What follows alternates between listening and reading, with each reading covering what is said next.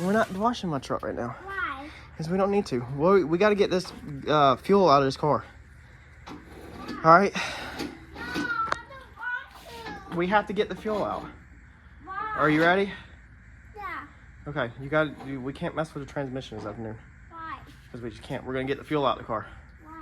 All right. You ready to get the fuel out? Where's the gas can at? Yeah, that's one. But we're going to use this one over here. Why? So we're going to test our fuel drain, which is going to be this hose right here. See how good it works, since we've obviously never used it. Look at that sticker right there. Okay. Okay. All right. Alright. All right. Alright. You can't do that. There it goes. Where? It's filling it up. You can hear it. I want you to show me. Well, you can't exactly see it. Actually, we don't need to take that off because it's got a vent. So we're gonna get all the fuel out of here. Why? Back up. I'm right here. I'm right here. You can hear me. It's running out actually too slow, unless that was all that was in there. Man, maybe that's all that was in there. Maybe our fueling problem at TKM was actually no fuel. Wow, I think that's literally all that was in there. Hold on a second. Yeah, that's literally all that was in there. We were literally empty. The fuel was empty at TKM. So, I don't even know if we had, well, no, I guess that still would be a hose collapsing problem because Kevin's seen something, but wow. All that is just idling, and the little bit of idling that we've seen, and then the couple of little dyno pulls, and that thing has drank 5 gallons of freaking methanol that fast. Wow. Holy crap. That's definitely going to take some getting used to compared to the X85, because I think we did 3 outings on like 10 gallons of X85. Like we went to the track twice. No, 3 times. I think we went to the track 3 times on 10 gallons of X85. Wow. I did not see that coming at all. I'm like, why is this thing not draining? All right, so underneath the car, the fuel line that runs up here, I'll have to look back at what I bought. I don't know the difference, but this thing is rock hard. Like, it's still flexible, but you can't collapse it. But this one, it can collapse. Even though I'm not sure it was collapsing now that we know that we were low on fuel. So I don't think it was collapsing, I really don't. But we're gonna go ahead and change it. I'm not sure if I'm gonna change both yet, because this one is, like, I can't squeeze that. I don't think we're gonna change that one. I cannot squeeze that. Like, no matter how hard I try, I can't collapse that one. That might honestly have a liner inside of it, because I'm telling you it won't collapse. But we'll definitely change this one, because that one is pretty soft. So I don't think we had a line issue, to be honest. I think we had a no fuel issue. Harper's got her mama drawing. All right, so it's Friday afternoon. We've got it's Friday, 12 o'clock. This morning I got no work done from a business, but I got the trailer ready to go for y'all so we can get this thing to Rockingham this weekend. I misspoke in a live chat, and we will be going to Rockingham. So we're gonna finish up where we left off the day before yesterday, Wednesday afternoon. It's Friday now. The video opened up on Wednesday, and we're gonna go ahead and change the back fuel line is what I have ruled. Since the first half, I can't get it to collapse. I'm not gonna mess with it. We're gonna rock and roll with it. That thing is not collapsing. The back half fuel line, we're just gonna go ahead and change it just for caution. I don't think it needs to be changed. And now that I discovered it has no fuel, it had no fuel in it. I don't think it needs to be changed at all. But we're gonna go ahead and do it because I got a box right here. I'm about to show y'all what I picked up. And we have spoke with Kevin, so we're not going back to dyno right now. Some people might be wondering what's going on. we basically just got too much going on. So I know we joke about it a lot, how I love to cut the car up and I love to build the car, but I'm serious, y'all. I'm trying to take this car to the track as much as I can. Sometimes it just don't work. Other times, you know, it's been a couple times I've been working on it and stuff, but we're not trying to avoid the track or anything crazy like that. I will continue to joke about it, you know, and all that. And that's the whole point of announcing a new build, is so that we can basically just have this car where it's ready just to run rounds, and then we can still be building a car at the same exact time. So we're racing one and building another one at the same exact time, and everybody's happy. We'll have content back and forth between racing and maintenance, and then, you know, a brand spanking new build on the next car. So I think the next year, 2, 3, and future of the channel is going to be amazing. But basically all we have to do, take this thing Rockingham. We've got a new tune from Kevin. So he slightly modified where he was at on the dyno. He said he basically, I think, took a little timing out of it. I think that's what the email said. Anyway, he said, shove this tune in the car. The Rockingham race is a TKM event, so Kevin will be on the property if we have any issues. And he was like, shove this tune in the car and have John read the plugs and send it. That was Kevin's exact email. Read the plugs and send the thing. So John is obviously very confident that he can tune this car. John was explaining that the only thing he needs to basically get the cheat codes, I would say, to get started, you know, and jump the gun, and to get ahead fast, is the timing table and the air fuel numbers, because it's just a Coyote, so it's a little bit different than like everything that he's used to. So as long as he has them cheat codes to get started, that we should be able to make grounds really fast. So let's show you these lines. Let's piss everybody off with these lines real fast, and then we're gonna shove the lines in the car, and I will show y'all some other stuff. All right, so here is the lines that we bought. First off, the people I use a ton on eBay is going to be A1 Performance Warehouse. So A1 Performance has an eBay store that they sell a bunch of this stuff. But here is the lines. So these things are pretty nice. Now this is what, when I called John right after we had the issue at TKM, John was like, basically what you need to get is you just need to get some of them steel braided lines. These things, it's not necessarily the steel braiding that is the strength, it's just the line in general is so like hard that it doesn't, you can't collapse these things, man. Like, I mean, they are freaking tough. Both of these are dash 16s. These are like used NASCAR takeoffs. Like I said, I was dead serious. I'm not ordering new lines. You can hang that up. I don't know if I'll ever plumb my car off new lines. But just sign a sponsor agreement with a company, and we're gonna be making some changes to the valve cover area. A little hint, very soon. And so I just locked in a contract with a sponsor. Some of the company that provides lines that y'all already know about, but we're gonna grab some of their lines, brand new stuff, and we're gonna use it on the car to make a couple of slight changes, and I will be showing y'all that really soon on the channel. But we're gonna get these things put in and get rocking and rolling. So we dropped our old fuel line out. Had to open the door, let the stuff air out, man. It still had a little bit of fuel in there, in the line, of course. And man, that methanol in here is strong. Smells like great methanol. So there's one spot that I wanted to show you for anybody's interested, right here. So does the camera pick that up, how this is round and then this goes flat right here and it's back round? This is the 90 end, so this is the end that went into the fuel cell. So this is going to be about where it was laying on the radiator or the top bar.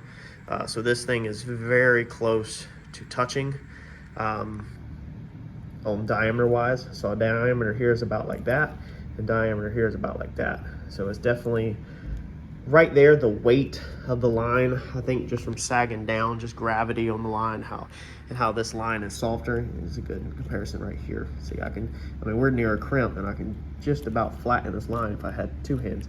I think just the weight, you know, already had that thing closed up. So it could have been a bad line, or again, it could have just been that we had no fuel in the car, or low fuel, because I did coast it into the driveway, like I said, remember. We won't know, but we're going to replace this in this line.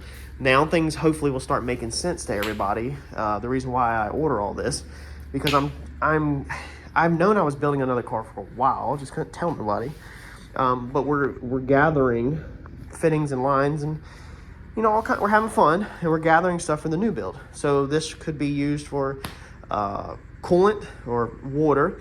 It could be used, because that's going to be pressurized, so it's going to be pushing outwards. It could be used for burn down tubes. It could just be used for vents if we need to, to vent the fuel cell out with a really long line, or if we wanted to cut it and make a vent. Like, you can use this for whatever you need. So there's nothing wrong with continually ordering lines. Now I'm going to see which one. I think I emailed the seller or messaged the seller about the Goodrich. So one is Brown & Miller Racing, and the other one is going to be Goodrich. Let's see here. Man, we might be able to get rid of that little piece. So that's not quite a 90. That's shy of a 90. That's like a, can't remember what that was. A little bit more than 90. So we were going to lay it out on the floor. Man, and this thing's even more flexible than this. Doesn't really do the same as that. So this thing is a lot better. Let's see if we could see inside. So technically that one is longer than we have, meaning that we might be able to get rid of this little piece right here, but we'd have to almost kick it through here. So that won't be bad. So maybe we'll go ahead and do that. And then this one, it had a 90, but then it also had that piece on there, which we could use underneath the car. It's not a big deal. Currently we just have two straights that are union together. And even that end wasn't a 90, a true 90 that we're using. So that is a true 90, and it is, looks like just a touch longer than the other one. So man, we scored some really good pieces. And I think I picked up both of these lines for right around $100, like literally right around $100. So huge score for our collection moving forward, and changes and new cars and all that. If you were to build a Dash 16 line, okay, you're probably not gonna have the crimpers. Now, we still have the comment popping up on the channel that John Dock does Brown & Miller lines. I'm 90% sure that John Dock does not offer services to the general public when it comes. I believe he touched that on one of his videos. I don't watch all of his videos, so y'all that watch all his videos can better know that than me. But I don't know if you've heard it out of his mouth if he offers it to the public or not.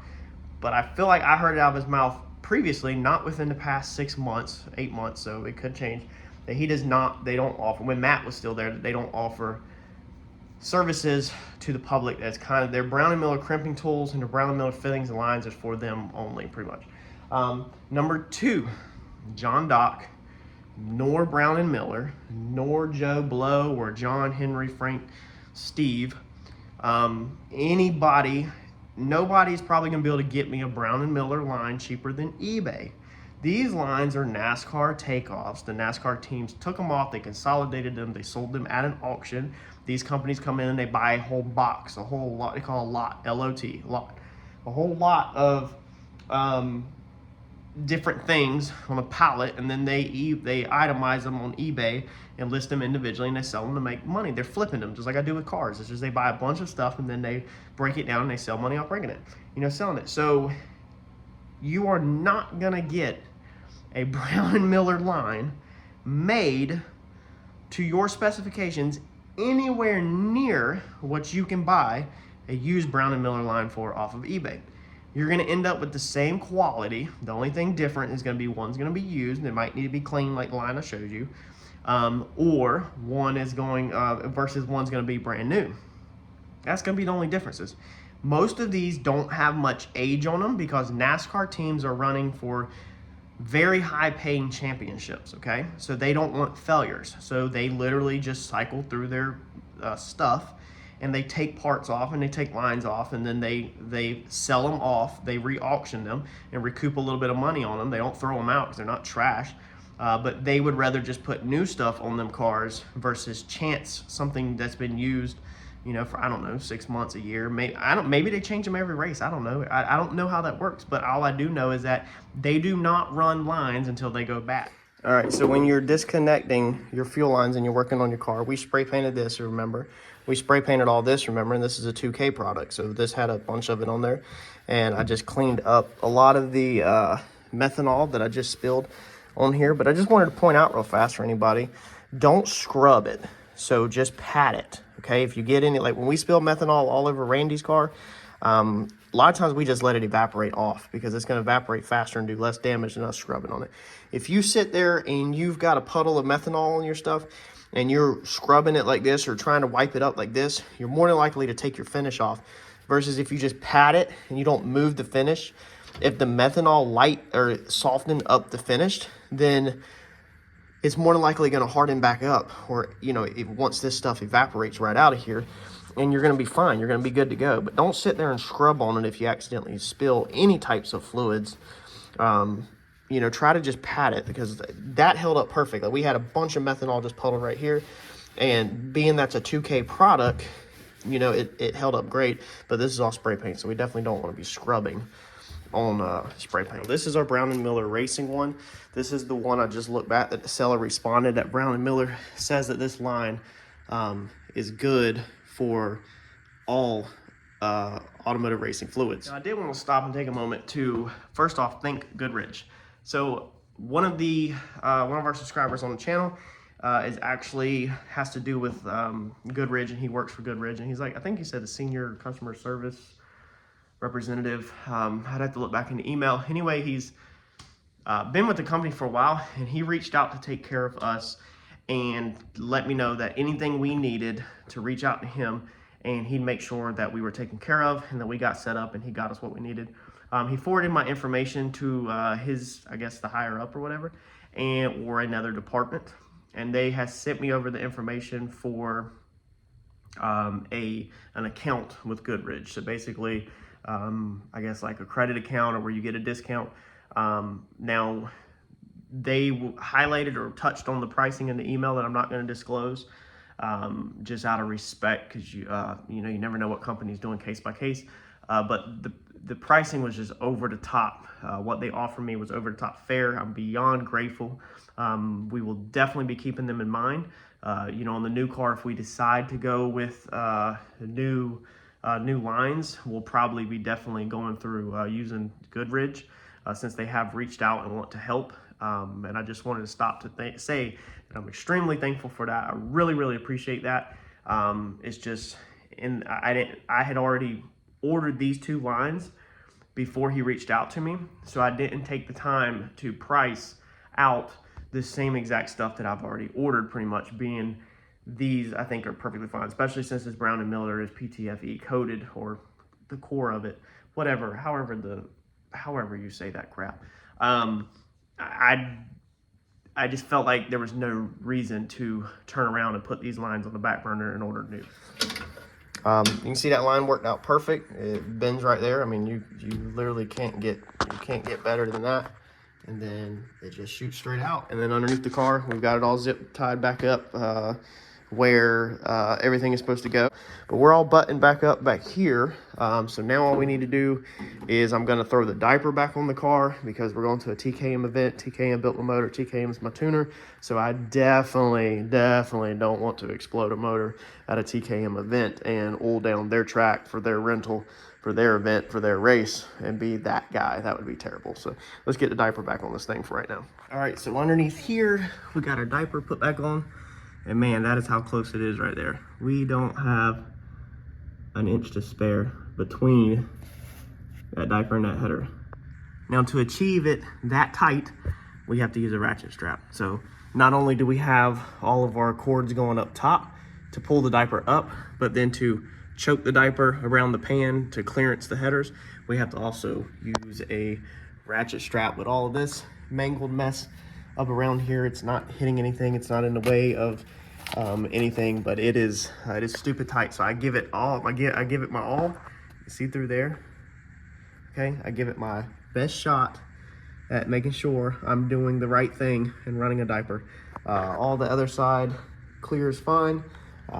This is the worst one. We really need to wrap this one right here with header wrap. Whenever it comes back out, we need to wrap this section with header wrap just so that it don't melt this diaper. This is a Universal Summit one. I did not, they do make ones for the Coyote, but I did not buy it because it's not gonna work, man. The Universal one for the Coyote is it's not accounting for headers like that, like long tube style down headers. It's probably accounting for turbo headers that go up. Most people are turbo, like that's it's just what most people are. So I knew, and also the Universal Summit one I think is 100 give or take. I bought this one used for a really good deal, so I could test it. I think it was like $50-$60. We went over it in the past on the channel, but the Coyote one I think is over $300. Like, and I was just like, dude, we can't do that just for this thing to get melted or burnt. Like, there's no reason. Summit one works good. I could only imagine the Coyote one be 100% waste of money because I can't even get the Summit one up but so far because of the headers. So I do the best I can.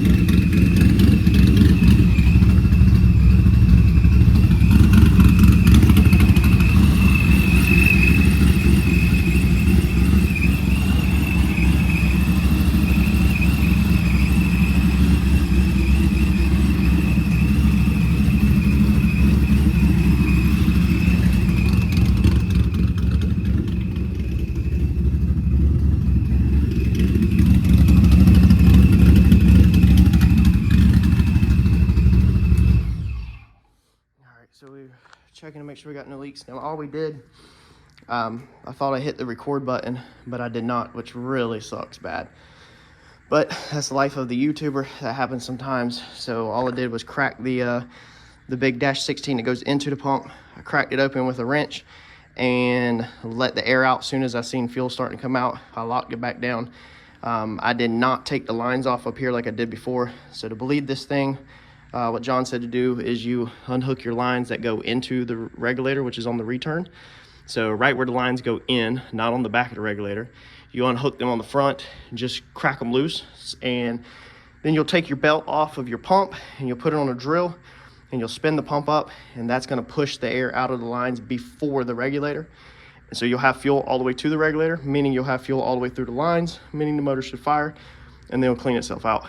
So what I did this time is I didn't do that. I wanted to try something. He did the thing where the injectors are wide open to kind of let the air out. And if there's the slightest bit of fuel in there, it will fire. You know, once it starts pushing, the air can escape basically internally.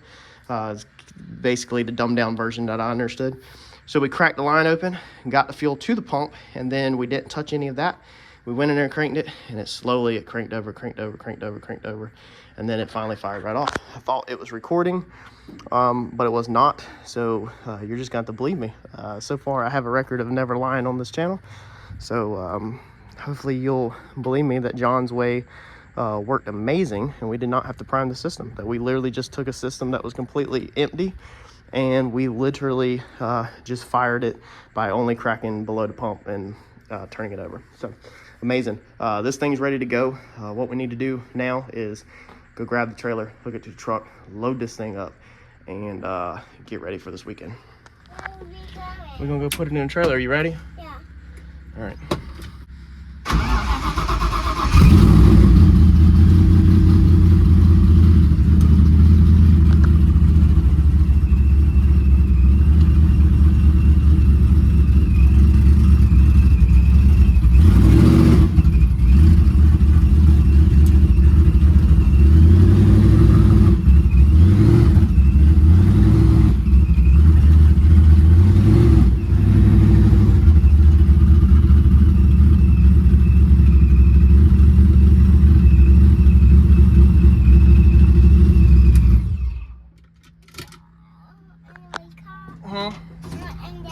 Yeah, we're gonna put it in a trailer.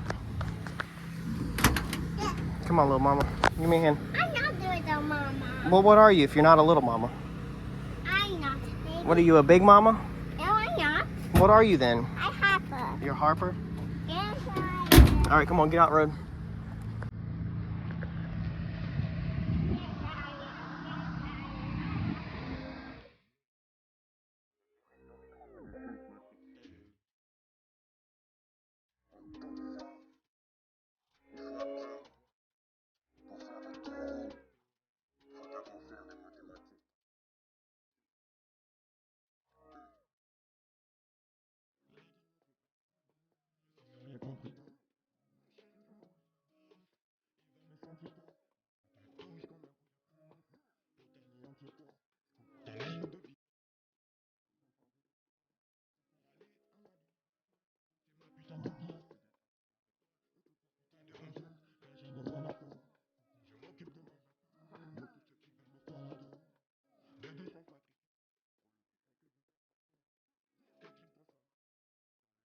There's no